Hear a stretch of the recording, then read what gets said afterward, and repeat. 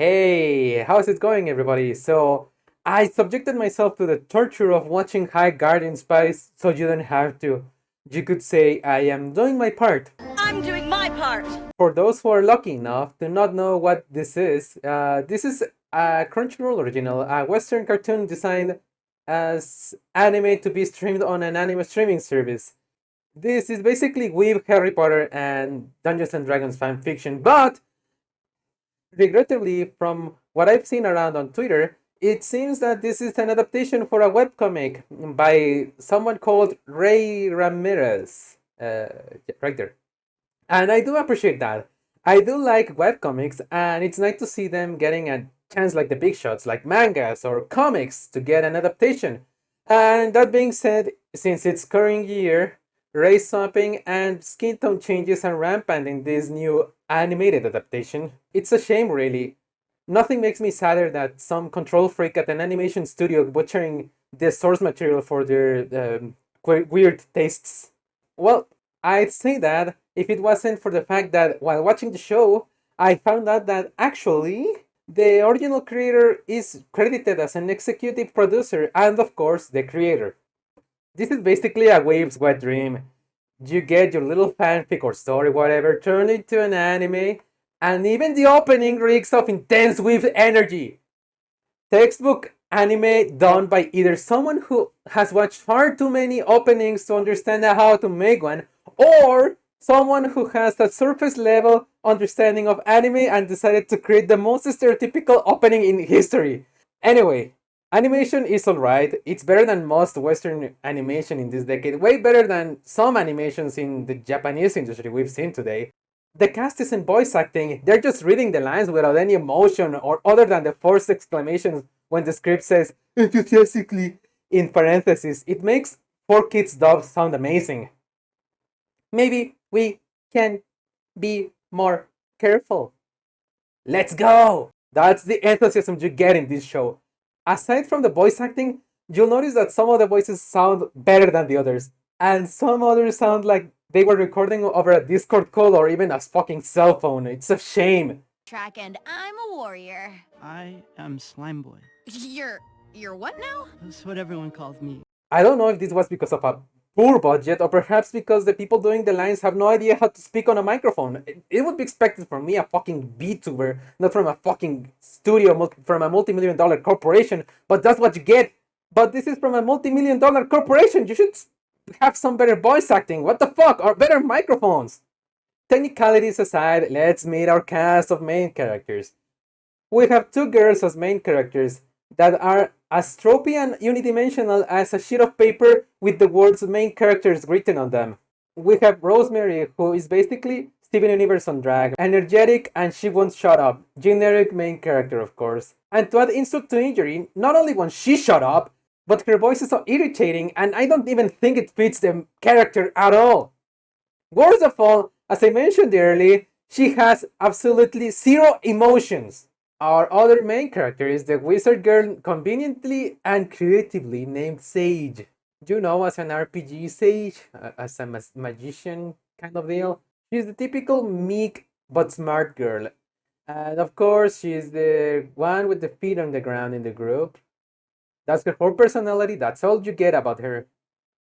There's an implied relationship between the two characters, but I assume the producers were too scared of the amount of rising eyebrows they would get from the idea of two lesbian girls sleeping on the same room and sharing the same bed. We also get Listen, you pointy. the obvious tsundere rival, of course, who is a total bitch without any other given reason. And of course, she got a more diverse look in the anime. And finally, we have Midget, Dwarf. I have nothing against this one, really. She's just like a potato. She's just there. You can't really hate her nor love her. She's just there. Ironically, the dwarf seems to be the most interesting one of the bunch. They go to Howard's School of Magics and Arts, basically an American college. They go there for disorientation. No orientation, only disorientation. Learn gender studies, political warfare, and of course generic RPG stuff. The purpose of this school is to teach them to be high spice guardians or something, without telling them what the fuck they're supposed to do or what they should strive for. Our main cast is supposed to figure it out on themselves. It would be like going to a police academy and have your instructor, teacher, or whatever tell you, protect and serve? What is protect and serve? That's something you have to figure out on your own. It will be wrong, but it's your truth in a way. I guess they were trying to be like turbo woke or something really original, like, oh, you have to find yourself and find your way, or some poetic garbage like that. But in storytelling, this should be the moment where you explain the audience what the main character's motivations are, what are their goals, what they're supposed to do, what their values are, what makes them worth following along.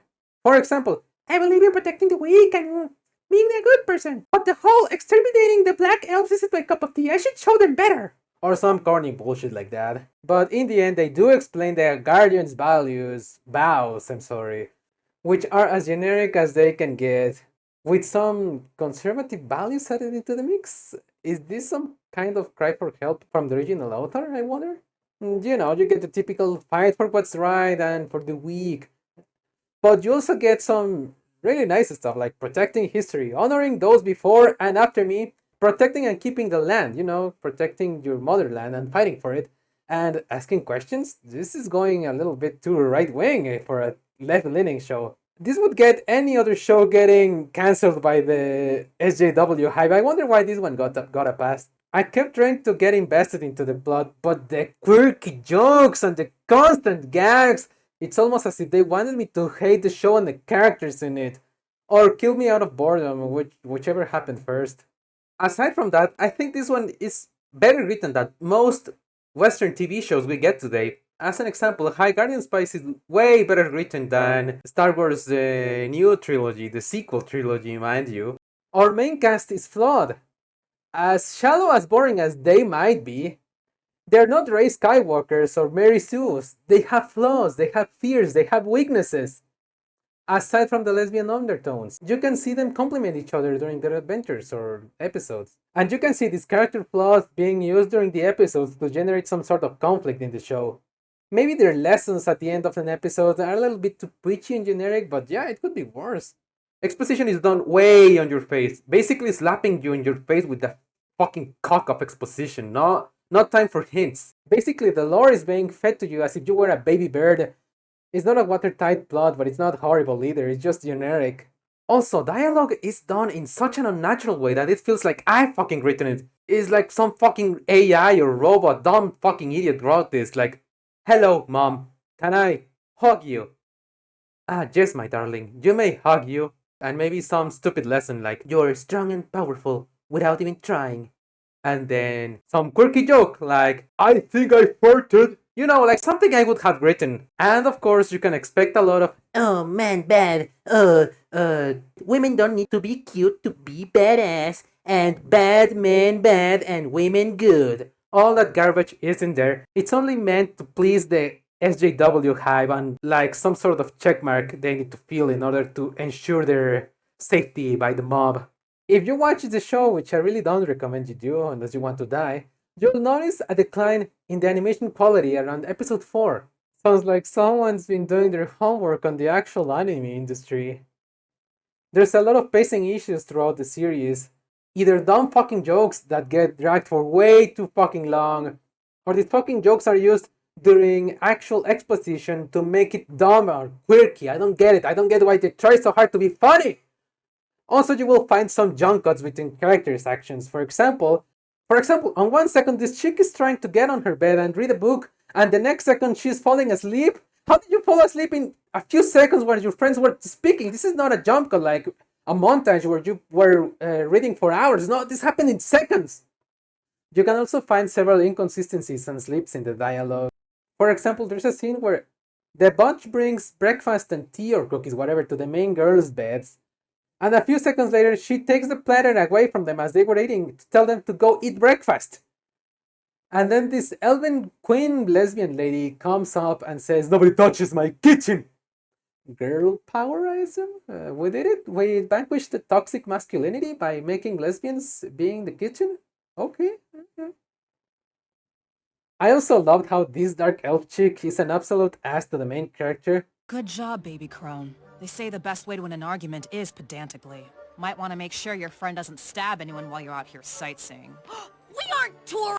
Only to be the I don't want to bully anyone character in the later episodes, without any character development at all. Just a nimble change of hearts for the plot's sake. Speaking of inconsistencies, you will also notice a lack of direction in the character designs. They all look like player avatars from a fantasy MMO. The design is all over the place. Like the Elven Queen lesbian lady we talked about and her butch girlfriend, who looks like she's ready to smash the fashion and punch some Nazis in the face at UCLA. Some of these characters you'll notice look like they belong in entirely different shows, as if they were stuck in this universe for some fucking reason. This goes the same with the world building.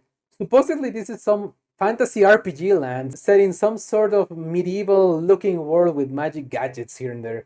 However, how fucking ever, and maybe I'm nitpicking here, but how on God's earth do you have torches and chandeliers in the same fucking universe as Christmas lights and electric lamps and fucking photographs? I don't mind when fantasy worlds mix up medieval stuff with modern technology, but you could at least give us some world building explanation of how it works. Even if it's some Flintstone like garbage, just help us understand the world, make it more believable. Not realistic, mind you, but believable. The show is plain, shallow, and fucking boring. And it's hard for me to tell who is this show aimed for exactly. It was not aimed for adults, with its overly cute art style and dumb storytelling. And it's not for kids either, with the, as Crunchyroll reminds us, it covers topics not suitable for children. Yeah, it's got some blood and some, as the kids would say, cuss words. Not to mention how boring it is. I think this show was intended for teenagers, with the constant theme of figuring out who you are, how special you are, and understanding your feelings. You know, that corny garbage. All they really needed was to slap some trendy buzzwords and the aforementioned themes onto the cartoon to make fucking teenagers be all wet over it. This is the kind of demographic who would be shocked to find a cartoon with blood and the use of the word shit, or as the kids would say, the S-bomb. This is nothing but a product designed to catch the attention of dabbing TikTokers with buzzwords like transgender and inoffensive shallow characters and storylines, and get them into anime. Baby's first anime, if you will. That's why this show is so fucking formulaic. I understand why this shit is getting so much fucking hate. It's because Crunchyroll promised us to use our Weebox to help the brave and underpaid animators over Japan. They even raised the price of the service, selling us the idea of a brighter future for the Japanese animation industry. But instead we got this piece of Western filth. This Japanese wannabe Western cartoon filled with the same woke garbage as the rest of today's media. It was advertised as another cringe-inducing piece of garbage content meant to please the SJW masses like Steven Universe, you know? And being honest, I came to this show to take a fat shit on it and poke some fun on how bad it is, ready to satisfy my hate boner into this bitch. But honestly, only the first few episodes fit in the so bad it's fun kind of deal. After that, it becomes so mind-numbingly boring. It's so inoffensive, bland, shallow, and boring. You'll be killed by the mere boredom of this shit. This was nothing but a 12-episode advertisement for Crunchyroll. Hey, High Guardian Spice is more than just weaves. It's about anime, advertisement, and youth-oriented product positioning.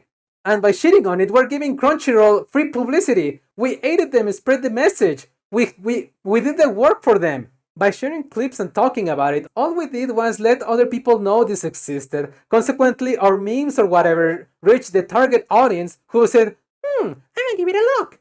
And after 3 episodes of invasive Crunchyroll ads, they said, this isn't so bad after all. Grab their mom's credit card and subscribe to Crunchyroll. We basically procured Crunchyroll with free subscribers. Remember guys, corporations are like robots, they don't have fucking feelings. We can shit on them all we want and they won't even care. They will say anything just to get us to open our wallets. And remember kiddies, the only way to defeat scummy advertising campaigns is by turning your head away and don't look. Just don't look guys, remember, just don't look. Also, please don't go out of your way and harass people who don't deserve it. I mean the staff of the show. They don't deserve it, they were just doing that for the paycheck and they probably think the show is just as cringe as you think. But they were just following orders, they weren't calling the shots. But if you still want your voice being heard, as a consumer you're free to tell the company, the corporation, like, hey, Crunchyroll, I think your show was kinda shit, fuck you, I'm taking my money somewhere else.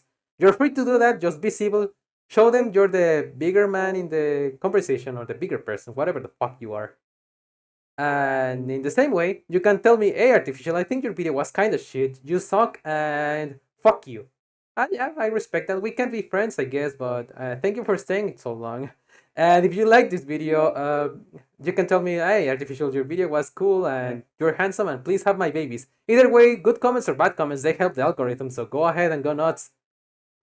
But yeah, that's all I have for today. Thank you for watching and I'll see you guys in the next one. Bye. We can leave now. This video is over. Come on, turn that thing off. Leave, I don't know. To stop those monsters, 1, 2, 3. Here's a fresh new way that's trouble-free. It's got artificial guarantee. Guarantee Boiling, Tennessee. Just don't look, just don't look.